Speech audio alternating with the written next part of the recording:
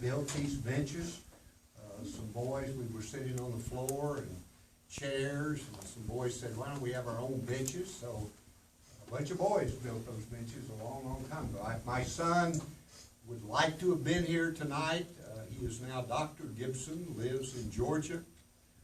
Just is opening a new building with the governor there today, so he had to entertain the governor and said, I can't be there. But he does want to come. We were in this troop for a number of years. He is an Eagle Scout with 3 palms, so he has 36 merit badges. We sort of ran out of merit badges. Still likes Boy Scouting, still camps out a lot, doesn't have anyone in Scouting now. There were lots of great times in this troop. I'll give you a couple of real quick ones. One that we loved was Red Rock Canyon. Have you been to Red Rock Canyon out there, Hinton?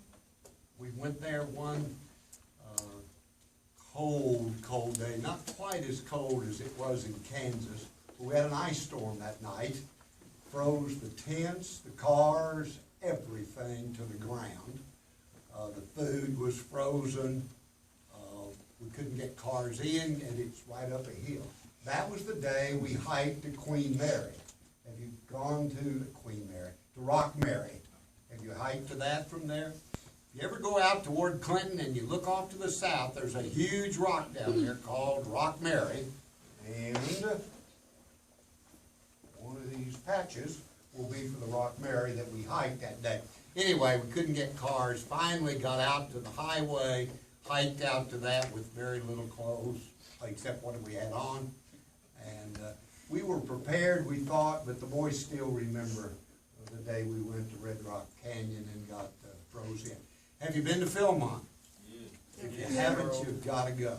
Do you know why the tail is over my shoulder? No idea. I climb the tooth of time. If you climb the tooth of time, you put the tail over the shoulder. The belt buckle is the tooth of time that you need to climb while you're there. Go there. It's an unbelievable experience given to the Boy Scouts. When you go by a filling station that says Phillips 66, it's that Phillips that gave the Boy Scouts all of that tremendous land out there. So try to go to Philmont. The other thing I would encourage you to do would be to go to the Jamboree. See the patch on the back? 1973. I assume we still have them every 4 years or so? Yes. Go to those. We went to one, and one quick story. We had a big Santa Fe type bus with 50 scouts on it. Pictures over there somewhere. Stayed at the Air Force Academy. In the dorms there where the Air Force people go. Then we stayed at a camp for the Air Force in Wyoming. So on our way up to Idaho, we kept seeing these birds running, flying around, pretty good sized bird, bigger than a chicken. And the boys kept saying, what kind of bird's that? What kind of bird's that? Well, every time we stopped, you couldn't find any of those birds. We're going about 70 miles an hour up the interstate. One of those birds found us. Came right through the windshield, clear into the bus. What the boys never forget is the bus driver just kept driving and said, well, there's one of those birds, boys. We were scared to death. Didn't bother him at all. We drove the rest of the way to Jamboree with a big old hole in the front of that bus, and the bird, which we did pick up, killed that bird, as you might have guessed. But we got to see what kind it was. Unusual. But go to Jamboree. That's a great experience. Well, let me tell you one of my favorite stories that we used to use at the Scoutmaster's Minute. For the Scoutmasters, let me give you one little bit of wisdom. We were coming back from a Scoutmaster's Minute, one campfire out north of town here. As we walked along, one of the little boys said to me, Mr. Gibson, we don't watch how you talk, we watch how you walk. And I thought, you know, that's pretty profound. His point was, Scoutmaster, you can talk all you want. We watch how you live and what you do. That's what's important. I thought, it's pretty neat for a little 11-year-old to think do that. Well, here's my minute, Scoutmaster. It's baseball season. Long time ago, there was a team called the San Francisco Giants, and they still are. They had a guy who played center field for the San Francisco Giants. Ninth inning, bases loaded, they're ahead by 1 run. He is out in center field saying, "Say hey, say hey." Now you can probably figure out who it was. A ball was hit. I mean a screaming line drive over his head. Turned his back to home plate, took off running toward the center field fence.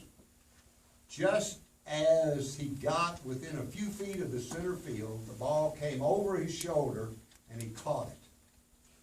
Turned around, they won the game. Came running in and they said, "Willie." Now you know his name's Willie Mays. They all said, no one in the whole audience, no one on this team thought you could catch that ball. No one in this park thought you could catch that ball. And Willie said, "Oh, you're wrong. One guy did, me. I thought I could catch it." So if there's lots of people thinking you can't get to be eagle, remember Willie Mays says, yeah, one person thinks you can be an eagle, and that's you. Because that's what matters. It doesn't matter what mom and dad and all your scoutmasters, you've got to remember. So remember the story of Willie Mays? He thought he could catch it when no one else could. So you need to always think you can do it if you can.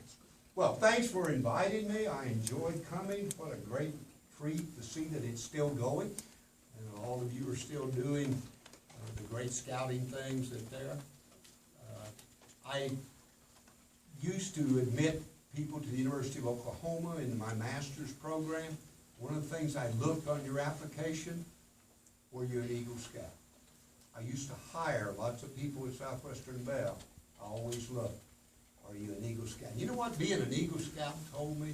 Not so much that you got bird study merit badge or camping merit badge. What it told me was that you could start a project, you could start out as an 11-year-old tenderfoot, and you could complete the task that you started on.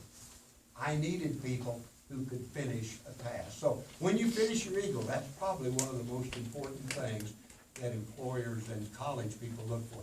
Can you finish the race that you started? So hopefully, well, there's a lot of lives up here that soon will have another big Eagle Scout. Thank you very much. I appreciate your time and